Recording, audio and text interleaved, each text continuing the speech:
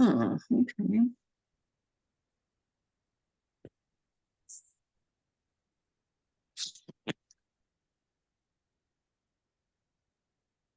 Welcome everyone to the Learning Collaborative on implementing the national strategy. I'm going to turn it over to our fearless leader, Cheryl Donnell. Jill, Corey Lutz just sent me a message and she needs the link sent to her again. Could you handle that for a quick moment? See if you can send it to her. Sure. Hi, everyone. Happy New Year. I hope you are all well and excited about this new year ahead. We'll kind of look forward to the presentation that we have from our guest speakers today, but let's review our agenda for the meeting today. We've got a few announcements that Jill will want to share, and so I'll turn the time over here for her for a minute, but then we will get in with our presentation or our discussion today about enabling people to act, and then hear a little bit of the expertise of some of our friends who are going to share some of their ideas and information today. So Jill, do you want to move it to the next slide and talk about some upcoming events? Sure.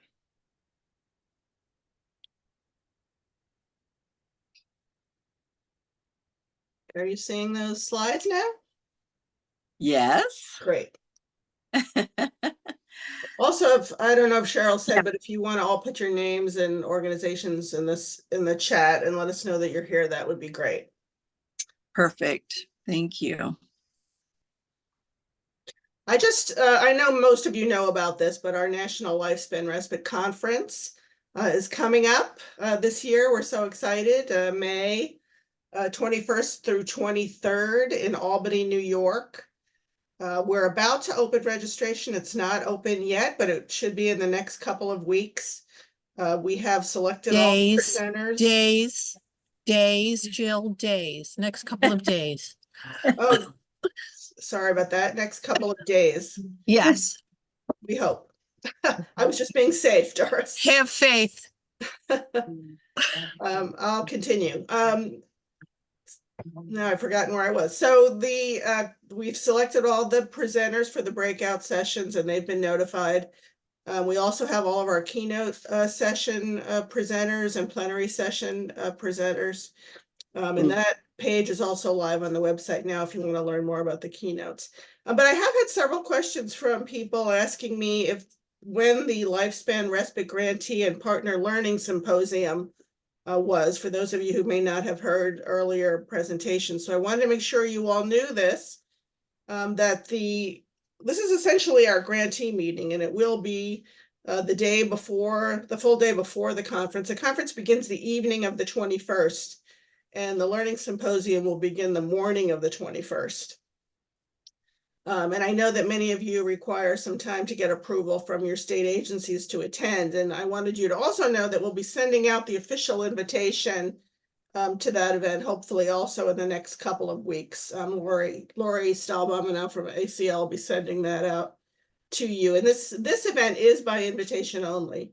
So when you receive the invitation, please don't forward it to anyone else. Unless you think there may be someone on your team you would really like to have attend, and perhaps they didn't get an invitation, we'd be happy to include them. So just let me know that. And when you get that invitation, it will have the link to register. This does require a separate registration from the national conference, and you'll have all the information in the invitation. There's no additional charge to attend the grantee meeting, but you do need to register for that. And we've got some really exciting things, presenters for that event as well.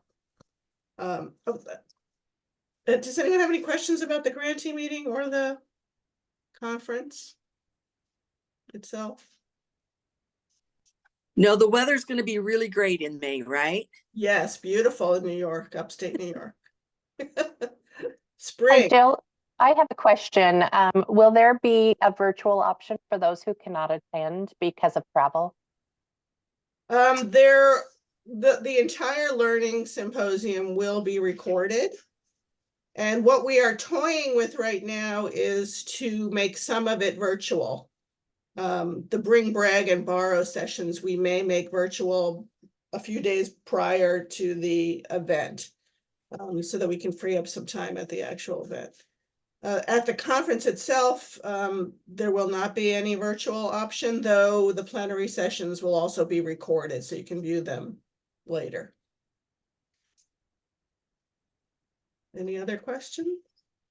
I mean, hopefully many of you reserved funds within your lifespan respite grant to attend the conference, so I hope you'll be able to. I know sometimes there's still state restrictions, and we appreciate and understand that. I also, because this is coming up so quickly, I wanted to remind you that the next meeting of the Respite Voucher Learning Collaborative is January the 18th from 1:30 to 3 p.m. Eastern Time. The topic is going to be on stretching your dollars to serve more caregivers with a focus on cost sharing strategies, and we'll have a couple of states presenting how they use cost sharing in their voucher programs. And then finally, I also related to vouchers, is I this week earlier sent around in our Lifespan Respite Exchange, which is an email blast to all of you with questions from your colleagues. And this one comes from Abby at the New York State Office for the Aging, asking if anyone has tools that help monitor compliance in respite voucher programs. And in case you didn't see that email, I just wanted to alert you that we are seeking those tools. So if you have any, please email Abby and CC me if you're able to do that. I will put all of these links in the chat in just a minute. Any questions about the voucher collaborative? Okay, then I will hand it back over to Cheryl. Hi, everyone. I'm on my phone, so I hope I am easy to see and stuff, because I can't see any of you right now. But I hope everyone's doing well. We're looking forward to this new year. We have hopefully a lot of work that will be going on for our priorities under the National Strategy for the Support of Family Caregivers, and your engagement in this learning collaborative is really important. We hope that it's also beneficial. Today, we're going to be talking about enabling others to act. And this is part of a process for, of researching the interests, strengths, and the challenges of organizations you want to collaborate with, and identifying areas of mutual benefit, and avoiding, of course, hopefully any potential conflicts, and selecting the right partners. Those are really critical elements of successful campaigns, and we want to make sure that you have the tools to be successful. So the question is to you, just what does it mean to enable others to act? And in part, it's empowering others, building trust so that everyone can be an active participant in the group and feel like valued members. And part of it is developing leaders' skills and capabilities. And so why is that different? It can be difficult to trust others to get things done. And sometimes it might seem easier, or you might prefer to do things yourself, but that means then you're operating alone and the results are going to be limited. It may be that you hold a position of power through your role to be able to tell people what they need to do. But even in those cases, you may find your efforts sabotaged by those who are not motivated to join you. So I want you to think about experiences you've had with a leader who did not enable others to act, and also maybe you've seen someone who exemplified real leadership and motivated people to do good work, and how did they do that? Next slide, Jill, please.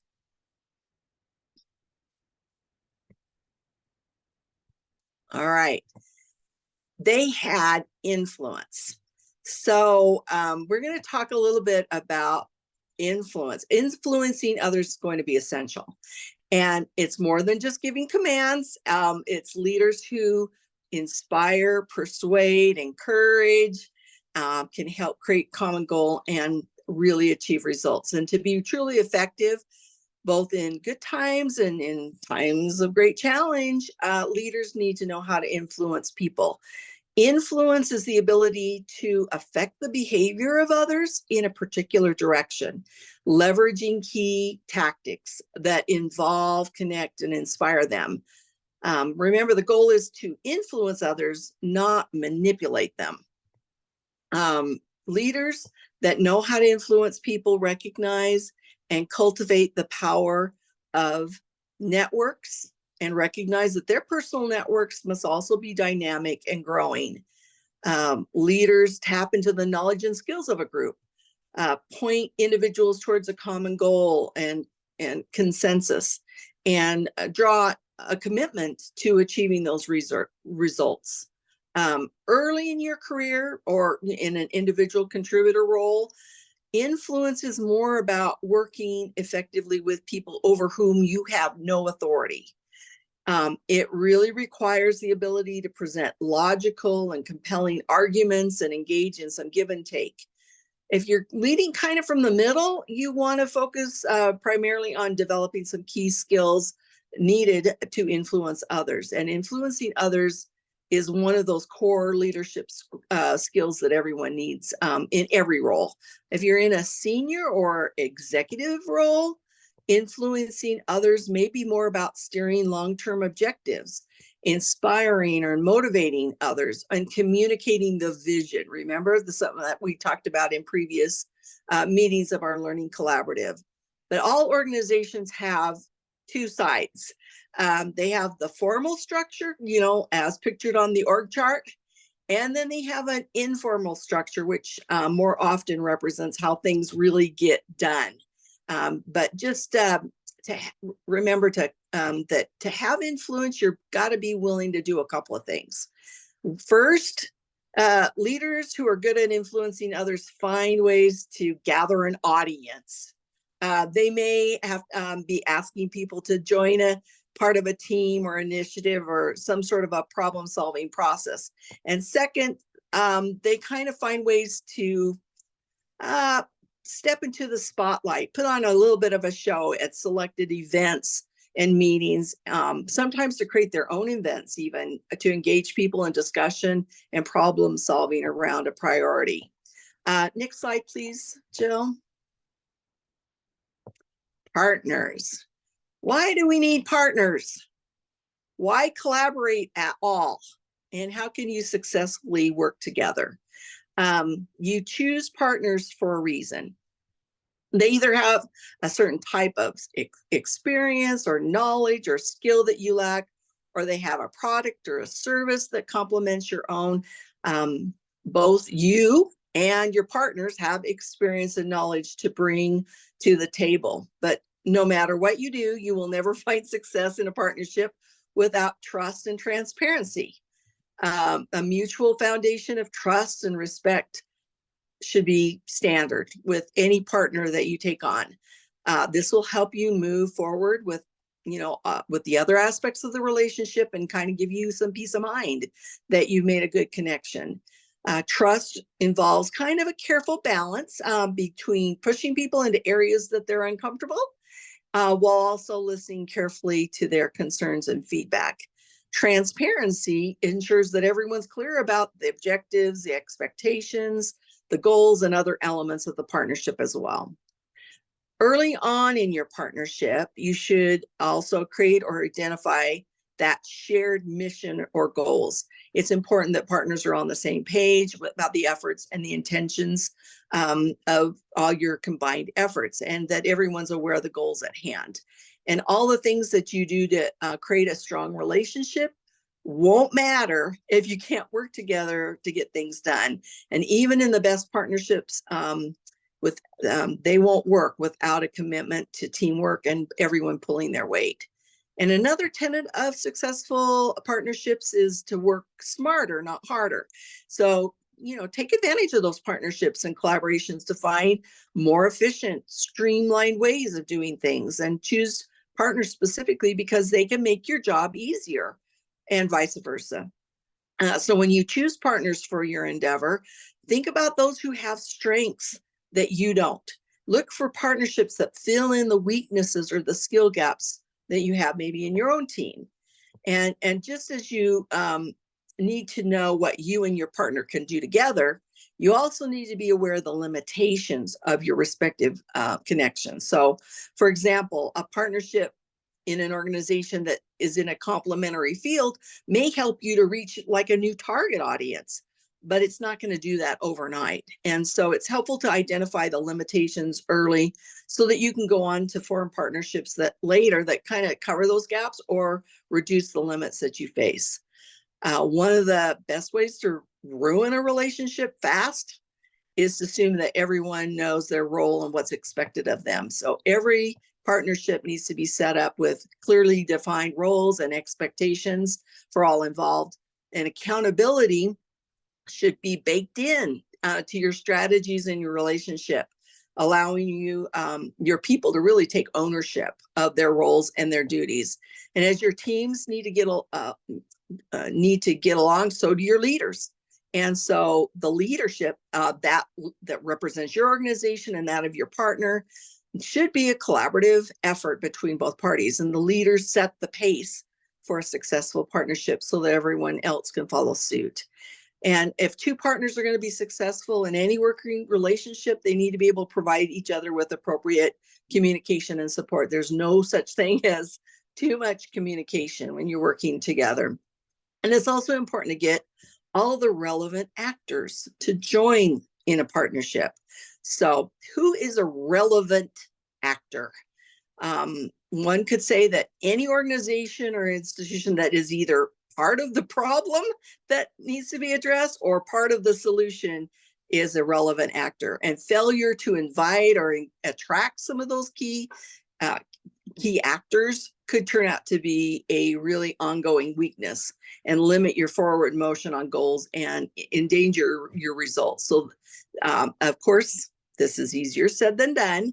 And bringing together all the relevant actors is not an easy task, because this having them all around one table is not only different, like government institutions, usually of, different levels, many of which they're traditionally competing with or ignoring each other.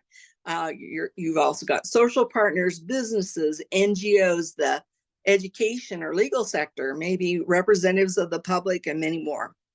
But the interests of such partners, and therefore their approach to certain problems, will usually, you can expect them to be different, but we'll talk more about that in some upcoming sessions in our Learning Collaborative. Partners have to share a vision. We talked about vision. However, to succeed, they also have to share a strategy. And to develop that strategy, they have to agree on a shared analysis of the issues at stake. So as partners set themselves some common targets and goals, they also become answerable in regards to reaching these targets and goals. And so, therefore, to agree on monitoring and evaluating kind of as key principles. Next slide, Jill. So we're going to talk about 3 tactics for influencing others. And there's 3 categories: logical, emotional, and cooperative appeals. In other words, using the head, heart, and hand to influence people. So logical appeals, represented by the head, tap into people's rational and intellectual positions. So you present an argument for the best course of action based on organizational benefits, personal benefits, or both, to appeal to people's minds. Emotional appeals of the heart connect your message, your goal, your project to individual goals and values. And the idea is that to promote a person's feeling of well-being, of service, their sense of belonging, that tugs at their heartstrings and has a good chance of gaining support. Cooperative appeals, or the hands, involve collaboration, consultation, alliances, working together to accomplish a mutually beneficial, important goal. and that extends a hand to others to bring them in as an extremely effective way to influence people. Leaders who effectively use these tactics to influence people can achieve their goals and objectives much more successfully than leaders that lack the ability, regardless of where they sit in the organization.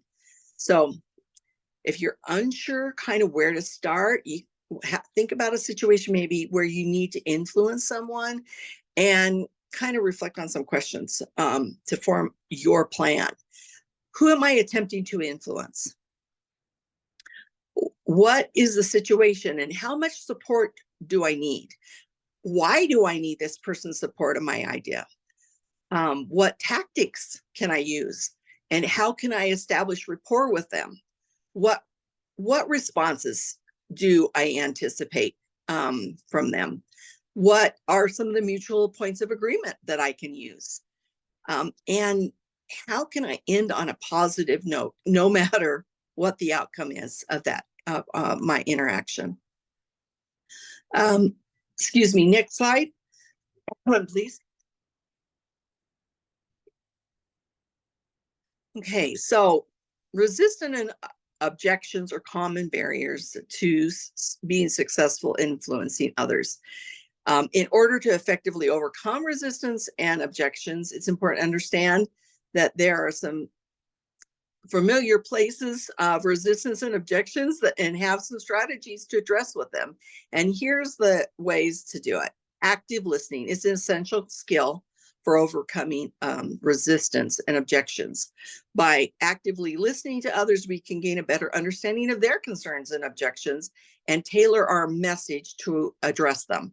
Active listening involves focusing on the speaker, asking clarifying questions, and paraphrasing their message to demonstrate you understand.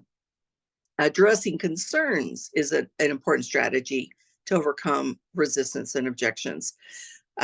By addressing concerns directly and honestly, we can demonstrate that we understand and respect the concerns of others. And it's important to listen carefully to objections and then address them specifically and with some empathy. Finding common ground is another way effective to overcoming resistance and objections. By identifying shared interests or goals, we can kind of create a sense of collaboration and reduce the perception that we're in conflict. And it's important to focus on areas of agreement and emphasize shared benefits when attempting to influence others. Offering solutions is another strategy for overcoming resistance and objections. By providing concrete and practical solutions to these concerns and objections, we demonstrate expertise and establish credibility. And it's important to provide specific recommendations or action plans that address the concerns of others. So as you can tell, effective communication is essential for successful influencing. And these tips and strategies can help improve your communication skills.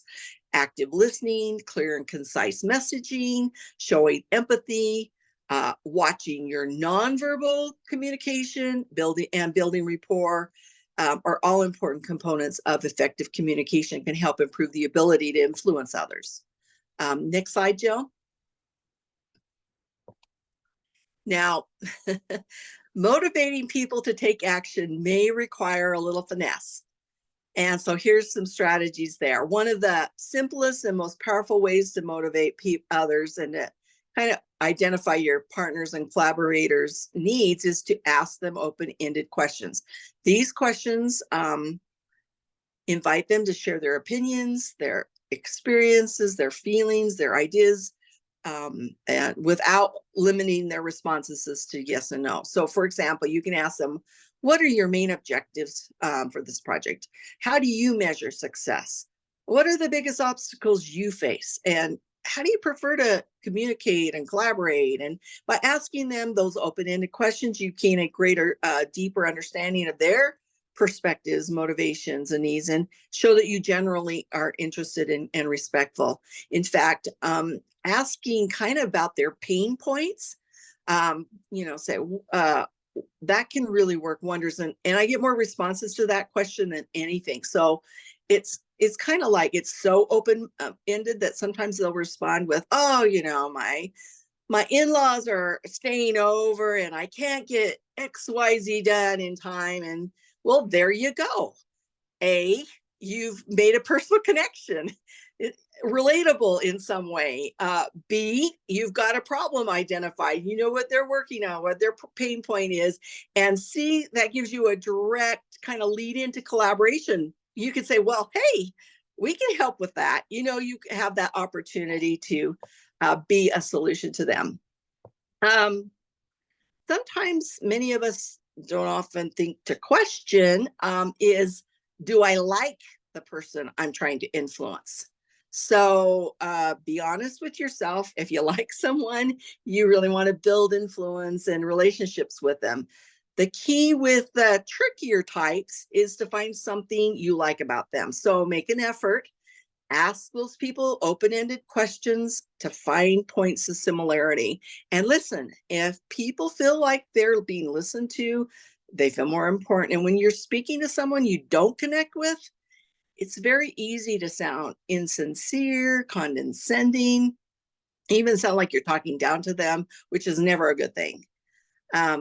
Now, not everyone is a leader. Not everyone is a confident public speaker. But to a successful team that's going to thrive, it's when each member is able to bring their own set of skills to the table. So people start to kind of lose interest if their unique set of skills or knowledge isn't being used and their value isn't being recognized. And so remind them why they are needed and why you want them there at the table.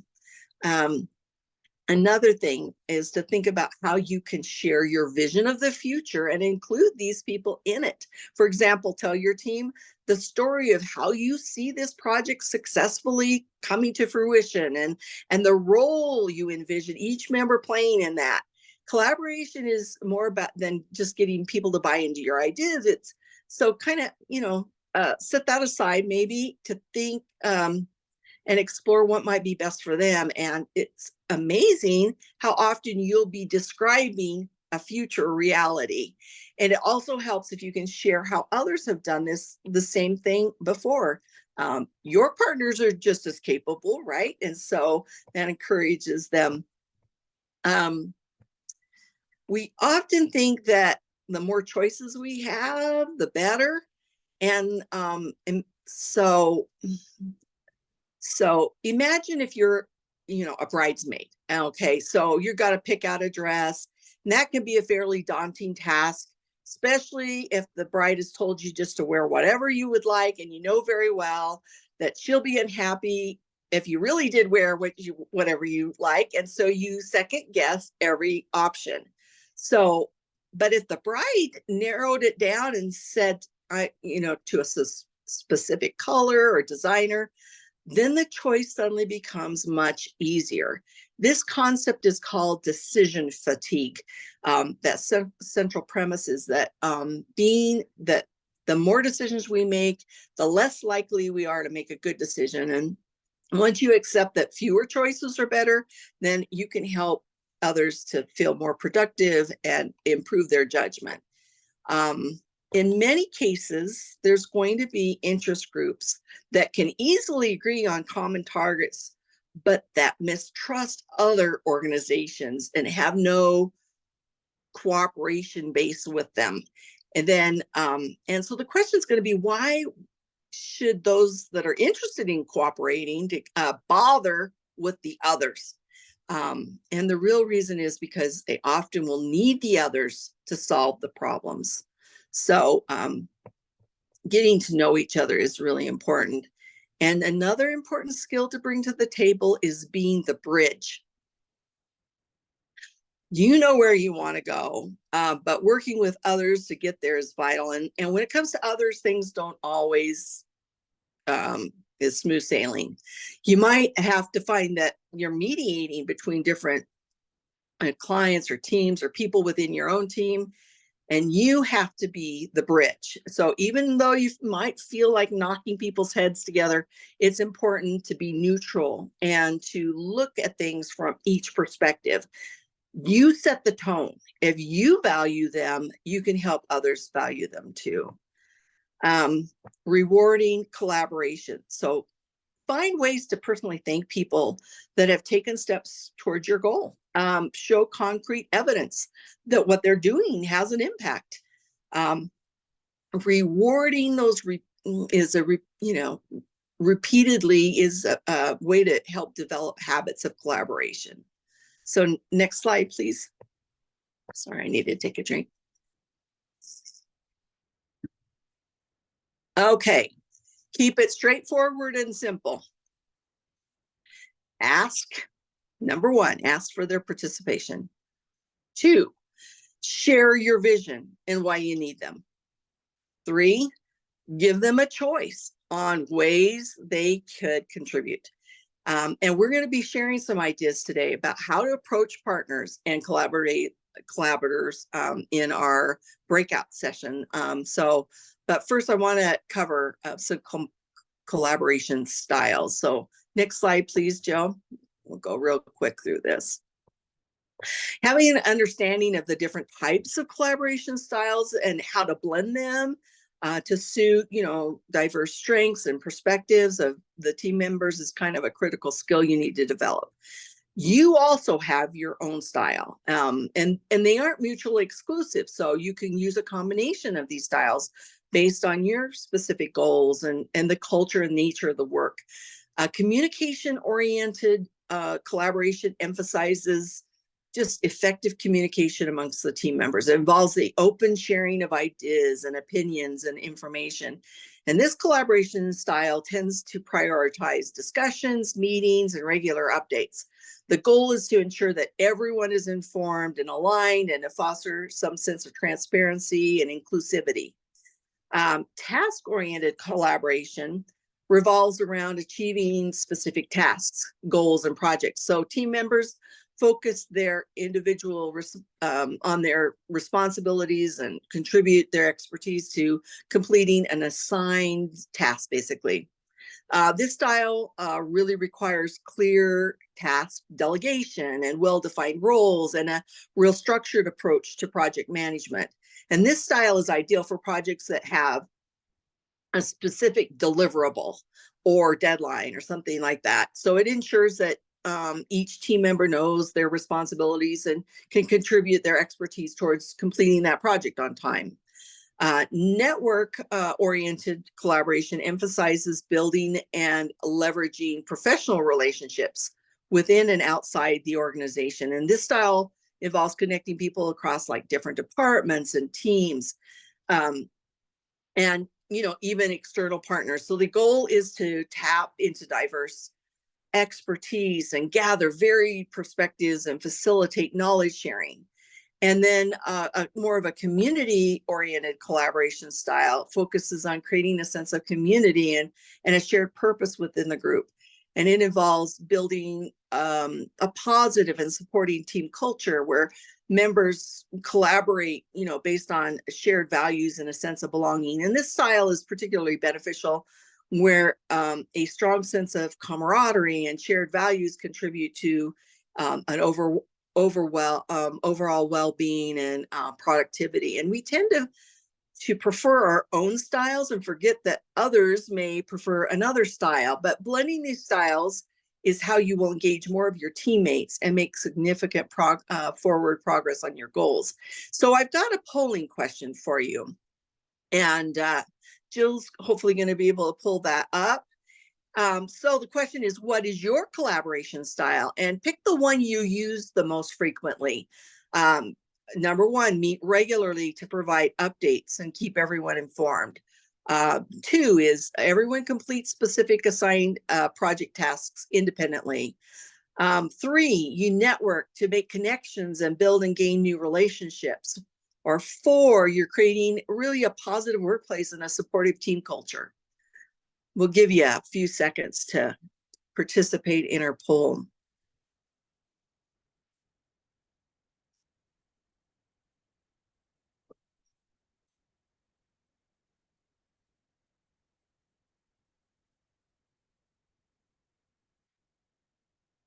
So everyone had a chance.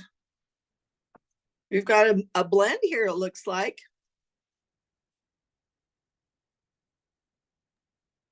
Looks like a couple of people are still voting. Let's give them 10 more seconds. 4 seconds here. I don't know how many have we got on. Okay, good. All right, We got wonderful. 34 people on the call. Okay.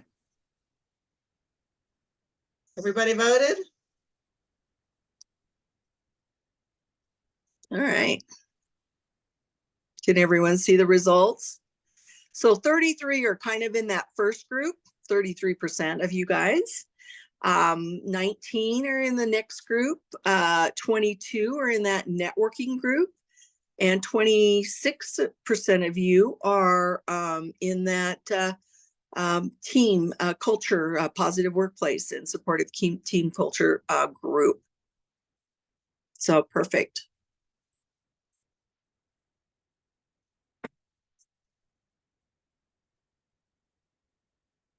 Okay. All right. Did we share the results? Did everyone get to see them? I can't tell, so you'll have to tell me if those results got shared. Yes, they did. All of you could see them, right? Yeah. Okay, good. Because I can't tell. All right, next slide, Joe. Okay, so now we're going to spend some time in our breakout discussion groups. And I hope that you've already taken the challenge that came with the invite to think about all the things you're doing to gain partners and collaborators and to strengthen your partnerships and collaborations. I want you to consider all the things you're doing and how to involve your partners, collaborators, stakeholders, family caregivers in your efforts. And what we're going to do in our groups, we're going to kind of divide those things up into one of 3 groups. And these are the 3 groups. A start pile. So that's the group for all the things you think might be good to ramp up doing, including tasks maybe that you should be doing but aren't doing yet. And then the stop group are the tasks that you realize are not doing a lot. They don't contribute a lot. And these are activities you'll want to stop doing. And then the continue group are the activities that are working and you want to continue them. So we're going to have our discussion groups. Jill, I'm not sure how I participate in that. Are we going to be okay with me on the phone? We'll see. Okay. All right. Maybe Cassandra can take a group if you can't get into one. Okay. Cassandra, I put you on the spot, Cassandra, to do that. No, I was prepared just in case. Oh, I'd Cheryl, but I'd love it. Cheryl, you take it over, but if you can't, I'll okay. I'll Well, take notes. Sorry, I'm having technical issues today. So thank you, Cassandra. You ready to go into breakout rooms? Yeah, let's do that. All of you should have had a breakout discussion guide anyway to look at some of these things, but I also put the link to the breakout questions in the chat in case you don't have ready access to it. Now, if there's a group that doesn't have Cassandra, Susan, or Cheryl, or me in one of the groups, I might have to stay behind to get people placed. And there's always a few people that don't get automatically placed. So just go ahead and start without me. okay. But we'll move ahead now. Is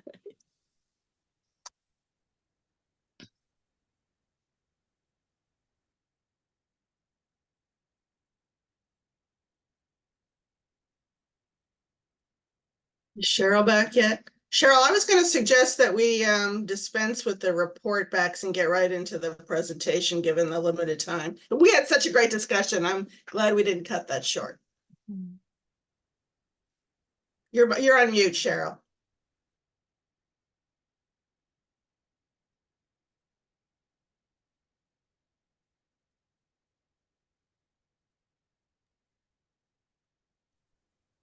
Can you unmute yourself, Cheryl? There I am. Sheesh. Technology, it's wonderful when it works. Well, let's go back to the slides. We've got, we're fortunate to have presenters from Massachusetts with the Massachusetts Lifespan Respite Project and the Respite Coalition.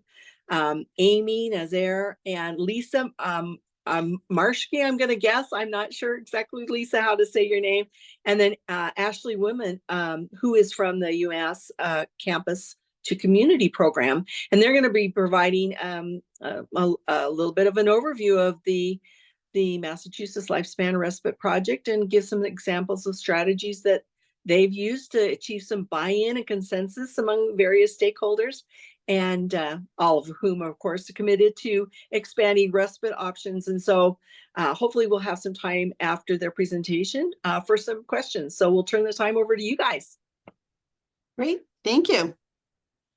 So hi, everybody. My name is Amy Nazaire, and I work for the Massachusetts Department of Developmental Services, which is our agency in Massachusetts that serves children and adults, predominantly adults with intellectual and developmental disabilities.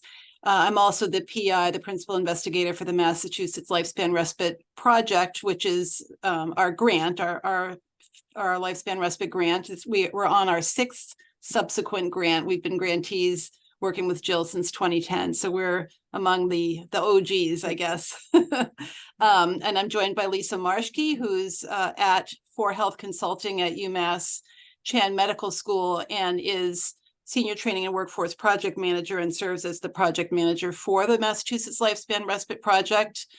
We also from 4Health Consulting here is Louise Gorham, who's not presenting, but she's here in the meeting and is also a project coordinator with the Lifespan Respite Project. And then we're also joined by our colleague Ashley Woodman, who's a professor at UMass Amherst, who's going to talk about, as you said, Cheryl, the Campus to Community Project, which is funded through our most current grant.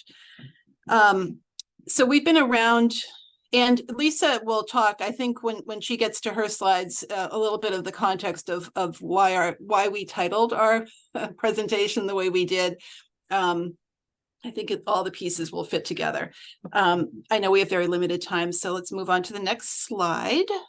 So yeah, so just very quickly, as I said, we've been around for a long time. We do have a coalition that's really kind of ebbed and flowed over the years. We were very active for a while. Then we the coalition itself, we had a 500-person distribution list at one point in time and monthly in-person meetings. That's kind of ebbed and flowed a bit depending on the priorities of the grant that we're working on and the times and such. But we're on the upswing right now and very, very excited about all that's happening. Our grant is hosted by my agency, the Department of Developmental Services. And as I said, 4Health Consulting is our collaborative partner. The current grant that we're working on has a few main goals. So one of them is to really build out, evaluate, and ultimately disseminate the Campus to Community project that Ashley is going to be talking about. We've also worked closely with we have a statewide No Wrong Door call center called Mass Options. So we've really been trying to build upon and work with them. We had developed in our previous grant an online training for any sort of information and referral case manager type folks who work for any of our various agencies and collaborators. So we have that we're continuing to disseminate. And then ultimately, and this is one that we've been struggling a bit with just because of turnover, is to make some additions and refinements to the state website to allow for a more seamless directing people to respite options. So we have a lot of big goals. Next slide. And so, as I said, the MLRC itself, the coalition, has sort of ebbed and flowed for a variety of reasons, as I mentioned. Right now, because of the really what I've seen over the last 14 years of working on respite is, and I'm sure Jill and Susan and Cassandra would agree with this, is really there's so much more awareness now of the need for respite. And when we first started this back in 2010, it was we needed to do a lot more education on just the number of family caregivers and, used a lot of those statistics that Jill her team have come up with about, and AARP and others, about just the need of all these, the value of family caregiving and all of that. That seems like it's much more embedded now in the culture, and now it's more a matter of kind of coalescing everything. So we're really excited about collaborating with, enhancing our interagency collaboration, really working with other caregiver support coalitions, of which there are a couple in Massachusetts, and really trying to harness all this energy and awareness. And really it does fit, I think, with the goal of what we're talking about here, to enable others to act, to really make sure that we are, one of the things we can do is to really just make people aware that we're around, we're connected to this lifespan respite program. It's a national initiative, and really can be the convening body for all of this information and really bring people together. So so that's kind of our, sorry, I just have my own little timer on to tell me when to stop talking. But so those are really our current priorities. And I'm going to turn it over to Lisa now, who's going to talk about a specific activity that we participated in a couple of years ago through the coalition, which I think really beautifully illustrates enabling others to act. So I'll turn it over to her to get into that. So next slide, please. Thanks, Amy. I appreciate it. Hi, everyone. It's so great to see you all. So we needed to bring, a couple of years ago, a large group of respite providers together so that we could create a cohesive definition of respite. But we also, of course, needed to do this in a way that was really respectful to our coalition members in terms of the clients that they serve and their overarching programmatic goals. So we needed to keep that in mind. Next slide, please. So that was our challenge. So how did we approach this? So this work started by meeting individually with all the coalition members to understand how they currently define respite. And during that time, we identified that we had a lot of things in common, namely that we were sort of finding that the respite supports were sort of temporary in a lot of cases. The funding that the state was providing didn't always cover what was needed by all the families that these state agencies served, and that the staff that support the respite had to be really creative sometimes to ensure that their funding would stretch and maximize those limited dollars that we had. And also we had to sort of recognize and understand that there's, I think many of us talked about this earlier, that depending on the state agency, their caregivers varied in terms of where the age cutoff was for some than the other, and sort of there wasn't necessarily that continuity across the age span. So we had to keep that in mind. But by using everyone's state definition, we were able to create this thing called a word cloud, which I'll show you in a second, which gave us a visual to work off of in order for us to create our statewide definition. So let me go to the next slide. Great. So what made us successful in landing on that singular definition that was adopted by the state was that we were really listening to what each individual state agency does to support their constituents. And we were very intentional to incorporate all the feedback that was provided by the coalition group members. We hosted a meeting in which we developed our definition as a group in real time, so everyone was able to walk away feeling like their voice was heard and that we worked hard to work very collaboratively.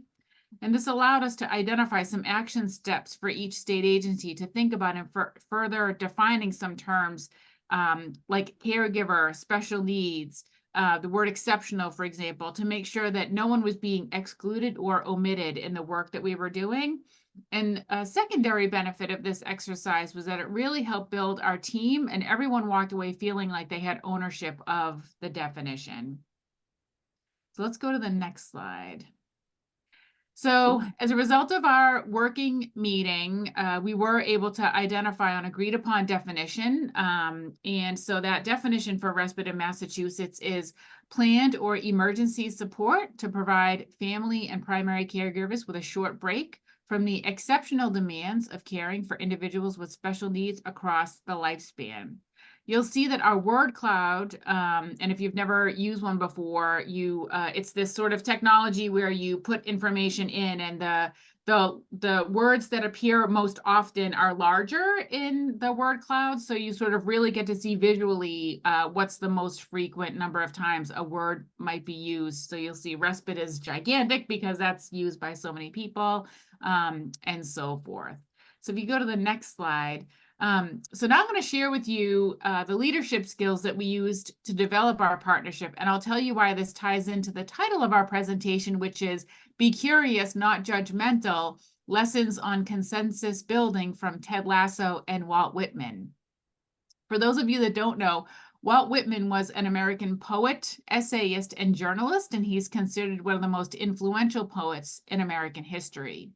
And when the television show Ted Lasso brought Walt Whitman sort of back into popular culture, when he quoted Walt Whitman's "Be curious, not judgmental" in an episode in the first season. I highly recommend it, by the way. I thought it was a great TV show. But so when we were pulling this presentation together, it struck me that one of the key critical steps that we utilized during this process was really around asking a lot of questions of our partners about how respite's provided, who is it for, when are people allowed to receive it, what are the roadblocks that stand in the way. We asked so many questions and we didn't make judgments. We were really curious about what our state partners were doing in their respite space, so that we sat back and listened and let the experts tell us the ins and outs of how they deliver respite to their constituents. So it was during that time of gaining information that we were able to do a lot of other things, which is identify a state champion who has expertise in respite and partnership building, which helped elevate us as a group. And we were able to learn about and leverage existing resources to help support the respite that's being offered in Massachusetts. We're able to foster collaborations among complementary programs, which again helps lighten the load. And we were also able to include members from a wide range of competencies. So we're not, don't always choose the usual suspects, but sometimes you can find support and expertise in unusual places. And you don't know unless you ask those questions. So being curious and not being judgmental. So try to understanding about the work that you're going to do. So that's how it ties back into Ted Lasso and Walt Whitman. So now I'm going to give Ashley Woodman the last 12 minutes to share Campus to Community. Hi, Ashley. Hello, thank you so much. I love the yarn photos. I just thought that was like such a great way to represent. Thank you so much, Normal Ashley, office. because my daughter was like, what are you doing? I was collecting all these pictures about yarn. I'm like, it's going to make sense. It totally makes sense. I saw the slides ahead of time and I was like, oh, I see what they're doing there. Excellent. So I'm going to give you a little bit of a story of how our program has evolved to sort of speak to the themes of connection. So it began years before the pandemic, in the before times, when I happened to develop this relationship with someone who worked as staff providing support to families in our area of Western Massachusetts. And she worked for Pathlight, which was a different organization name at the time, in the Family Empowerment Program. And so this is the Department of Developmental Services, DDS, like family support hub for our area. And she said, all these families are coming to us and they want respite care providers, but we don't really have a good system to connect families with respite care providers. It's very informal, oh, I know somebody who might be able to help out with this person, whatever. And I run a program which now is almost close to 200 undergraduate students, where they all are interested in working with people with disabilities in their future career, and they all have to get out in the community and do something. They have to do 120 hours working directly with people with disabilities. So we came together and we're like, okay, this is something we can do here, directly connecting my students to her families. And so we started out by just collecting a little bit more information, like what did the community need? And so we got a public service endowment grant through University of Massachusetts. And it was, $5,000 or $6,000 just to kind of kickstart this program, and we did surveys and interviews, and from the family responses created a curriculum, because it was clear that families didn't just want any old 20-year-old off, I'm not good with analogies. But they didn't want just anyone, what kind of training and what kind of background did they need? They needed a quality provider in order to really get that respite and that break. So we created a service learning course in which students would participate in weekly discussions, activities, trainings. They would do a little bit of research, or do a little bit of reading on respite care research. Just to add kind of a little bit more of an academic preparation. And then they would do 3 hours a week with a family. And we actually managed to continue it during the pandemic. Some brave souls were still willing to mask up and go out and support families at a time that they needed it most in many cases. But along the way, I sort of learned about the Massachusetts Respite Care Coalition and got to talking with Amy, and we're like, oh, we can really kind of grow this and expand to other colleges and universities. And it's one of those courses that you can imagine, offering in a variety of different flexible formats. And so we wrote it into Amy wrote it into the next round of the Lifespan Enhancement Grant. And thanks to all of that additional funding, we've really been able to reach families that otherwise we wouldn't have been able to serve, because now we have funding for transportation and being able to get any people out there. Anyway, I digress because I'm not trying to describe the program, but then we basically circled back to I basically was running the program kind of on my own for a few semesters. And then we were like, okay, how do we really lean on this partnership with the DDS Family Support Center? And I think it was a matter of just having the right champion within that organization. I connected with Donna Cushai's kind of boss, Karen Sarah, which I forgot to put her name on the slide here, who managed to convince, her director to actually invest some additional money in this. And so now they are offering stipends to the students. And that's been a big game changer, because now students can replace that kind of part-time job that really wasn't going to help them toward their career goal with respite care. And so they're compensated to do it. And I will say the families also appreciate that the students are compensated, because they have like a different lens on what they feel like they can expect from them now that they know, like, oh, this is a job. Okay, I can really expect you to go do this kind of on your own. And if you want to jump to the next slide. Two other collaborations I just want to quickly mention in our last few minutes together. So meanwhile, we've been doing this campus to community program, and Boston Children's received a new grant to ramp up training of nursing students to provide respite care to children with complex medical needs.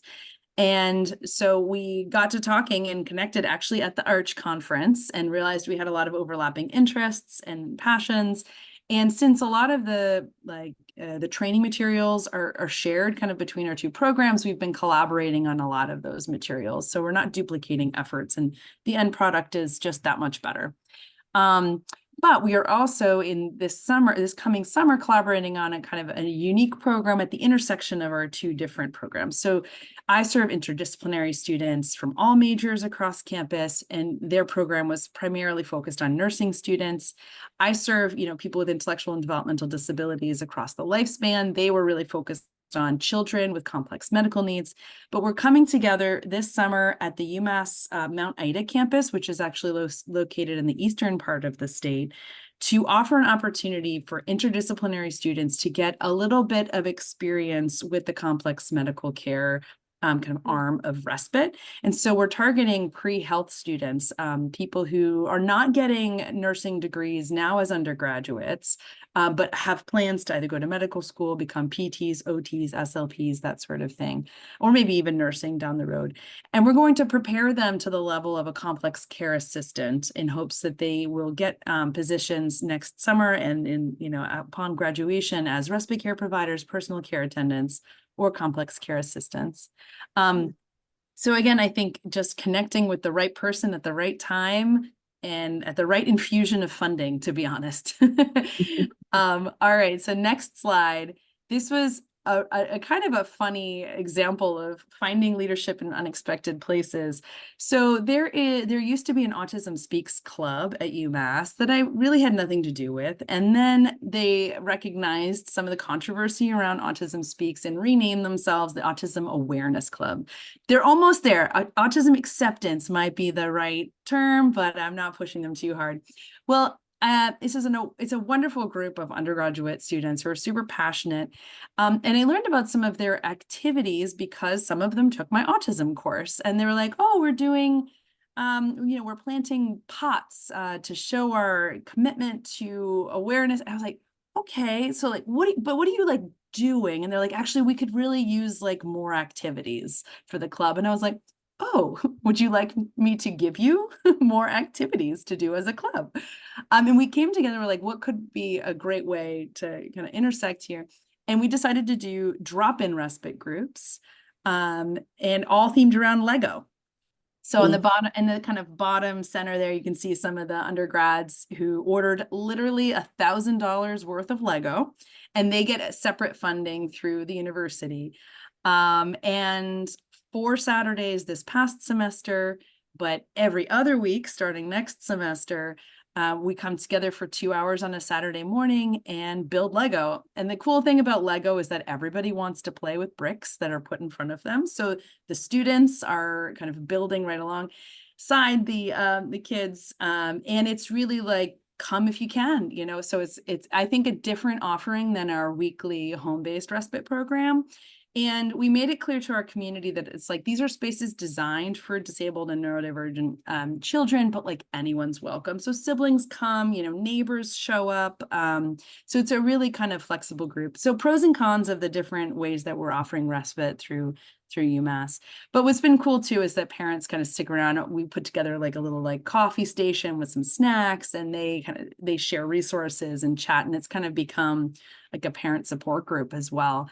And next semester, we're going to be starting a Spanish-speaking Lego play group, because we also have a group on campus really focused on supporting heritage language use among Spanish-speaking autistic kids in particular. And so it's kind of evolved over time, but I'm excited to keep it going because it's been fun for the community. So I think that was, I'm under time. Just little examples of like finding even leadership within the undergraduate students. Wow. Wonderful. So yeah, Right. so that's it. And here's our contact info again. Thank you so much. We appreciate the invitation. Thank you, Amy. Thank you, Lisa and Ashley. Appreciated your information. Wow. So there's some ways that respite has been created out of those relationships, those partnerships. What a wonderful thing. So we'll go back to the slides just for a quick minute. We have some upcoming meetings for this learning collaborative. February 1st is our next meeting, which means it'll be February before you realize it's February. So we hope you'll have it on your calendar at the same time, but on the February the 1st. This session, we're really going to be talking about barriers to your strategy. So strategies and what's going to stop your strategy from moving forward.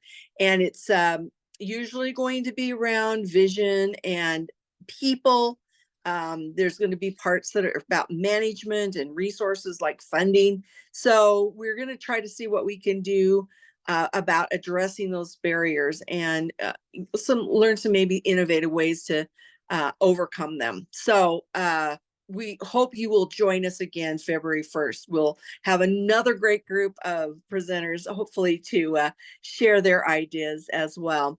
And then the last slide in the deck is just more information. If you have any questions or concerns or ideas that you would like to send Jill and I, please do so. We have all of our Learning Collaborative video, the slides, all the handout materials, etc., that are on the website for Arch under the Learning Collaborative. And so those resources are available. So you feel like you're missing things because you're brand new, you're welcome to go back and review those materials. And I feel like maybe that will be helpful as we move forward with other meetings and discussions. And so we'll look forward to seeing you in February. And Jill, did you have any last notes? This was so great. Thank you. I appreciate everyone's participation and look forward to seeing you again in a month. Jill? I just want to say Happy New Year to everyone and thank you so much for the great participation today. I really learned a lot. Wonderful. All right. Well, so we are at the end of our time. We'll let you go back to the rest of your life. We know we didn't have chance to have a lot of questions, but you've got the contact information for these wonderful women who've just presented to us. And we will be, they will be welcome your questions or comments. So send a comment their way. We appreciate their efforts today. And with that, we'll let everyone disappear into their real world and have a great day. Happy New Year, everyone. Happy New Year.